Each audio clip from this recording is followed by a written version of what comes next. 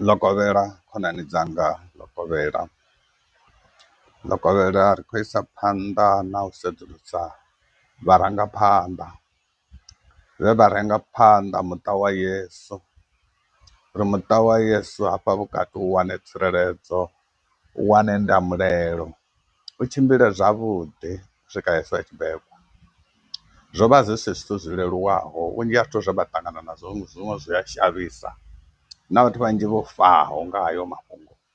Hu na vhathu vhanzhi vhane a ri koni no trace uri vho bva gai nga mulandu wa haya mafhungo, ngauri lwa lu lwendo lu konḓaho nga maanḓa.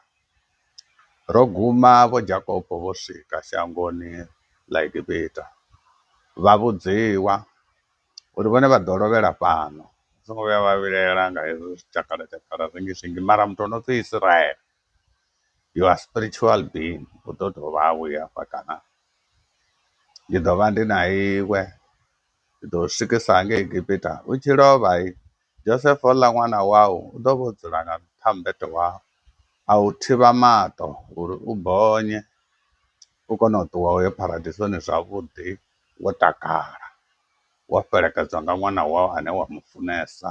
U ḓo vha u na tshivha zwoṱhe hezwiḽa zwe a zwi lora. Ndi wone muṱa une zwa zwino ri khou dovha u sala phanḓa uri ngauri lwendo lwa Yesu Kristo vha sathu swika, u bva afha Igibita zwi khou tea u tou tshimbilisa hani. Zwino ri khou wana mafhungo a u vhidziwa na u bebiwa ha Moses a tshi vha mafhungo mahulu, ngauri u khou bebiwa fhethu hune vhana vha vhatukana a vha ṱoḓei, mara Moses a bebiwa nga tshetsho tshifhinga. Zwino kha ri yo vhala kha Exodus 2, about this time a man and a woman from the tribe of Levi got married. The women became pregnant and gave birth to a son.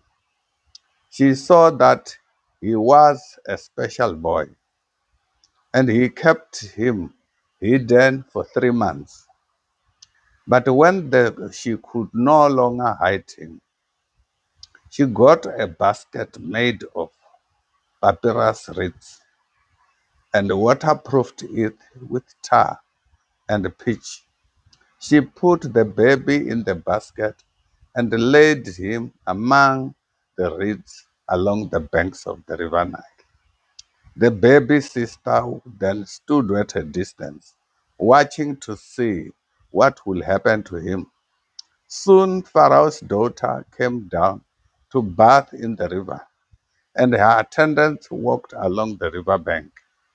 When the princess saw the basket among the reeds, she sent her maid to get it for her. When the princess opened it, she saw the baby. The little boy was crying, and she felt sorry for him. This must be one of the Hebrews' children, she said. Then the baby's sister approached the princess. Should I find one of the Hebrew women to nurse the baby for you? She asked. Yes, do, the princess replied. Go. So the girl went and called the baby's mother. Take this baby, nurse him for me, the princess told the baby's mother. I'll pay you for your help. So the woman took her baby home, nursed him. Later, when the baby was old, his mother brought him back to Pharaoh's daughter, who adopted him as her own son. The princess named him Moses, for she explained, I lifted him out of the water. Many years later, when Moses has grown up, he went out to visit his own people, the Hebrews, and he saw how hard they were forced to work. During his visit, he saw an Egyptian beating one of his fellow Hebrews. After looking at all directions to make sure no one is watching, Moses killed the Egyptian and hid the body in the sand. The next day, when Moses went out to visit his people again, he saw two Hebrews fighting. Why are you beating each other? Moses said. No one who had started. Moses said to one who had started the fight. The man replied, who appointed you to be our prince and judge? Are you going to kill me as you killed the Egyptian yesterday? Then Moses was afraid, thinking, everyone knew what I did, And surely enough, Pharaoh heard what had happened, and he tried to kill Moses. But Moses fled from Pharaoh and went to live in the land of Midian. When Moses arrived in Midian, he sat down beside the well. Now the prince of Midian had 7 daughters who came as usual to draw water and fill the water trap for their father's flock. But some other shepherds came and chased them away. So Moses jumped up and rescued the girl from the shepherd. Then he drew the water for their flock. When the girls returned to Reuel, his father, he asked, "Why are you back as soon today?" "An Egyptian rescued us from the shepherd," they answered, "and then he drew water for us and water our flock." Then where is he?" their father asked. "Why didn't you leave him there? Invite him to come and eat with us." Moses accepted the invitation and he settled there with him in time. Reuel gave Moses his daughter Zipporah to be his wife. Later, she gave birth to a son, and Moses named him Gershon, for he explained, "I have been a foreigner in a foreign land." Years passed and the king of of Egypt died, but the Israelites continued to groan under their burden of slavery. They cried out for help, and their cry rose up to God. God heard their groaning, and he remembered the covenant promised to Abraham, Isaac, and Jacob. Looked down on the people of Israel, knew it was time to act. Haya mafhungo ri khou vhona a khou tou thoma zwavhuḓi sa tshiṱoriki sa dini. Ho ḓa mafhungo hangei Egipta uri nga nḓila ine havha vhathu vha khou ḓala ngayo, ende hu khou bebeswa vhanna. Holu lushaka lwa vha Egipta lu kone u zwi vhona zwori in the coming 15-20 years havha vhathu vha ḓo vha vho no ḓalesa lune vha nga ḓi ri dzhiela na iḽi shango. Ndi hezwo hu tshi bvisiwa mulayo wari hu songo vha na muthu na muthihi ane a tou beba ṅwana wa mutukana a tshila, vha vhulawe vhoṱhe.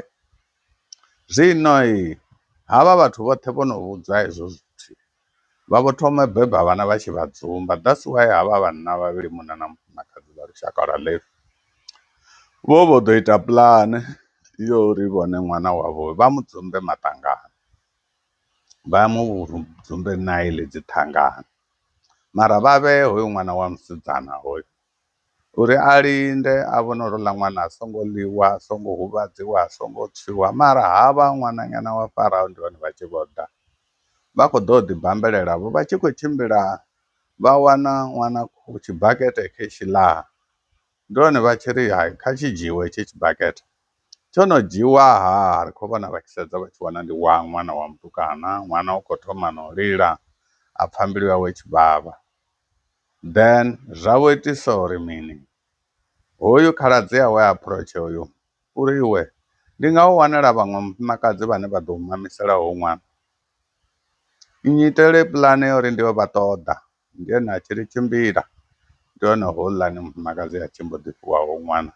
Hoyu ṅwana a mulela, a baselwa na nga muholo, ha vha uri u khou lwela ṅwana ane a khou vha ṅwana wa ṅwananyana wa Farao. Zwavho itisa uri mini, houḽa ṅwana o no hula, hoyu mufumakadzi a mu dzhie a vhe ṅwana wawe.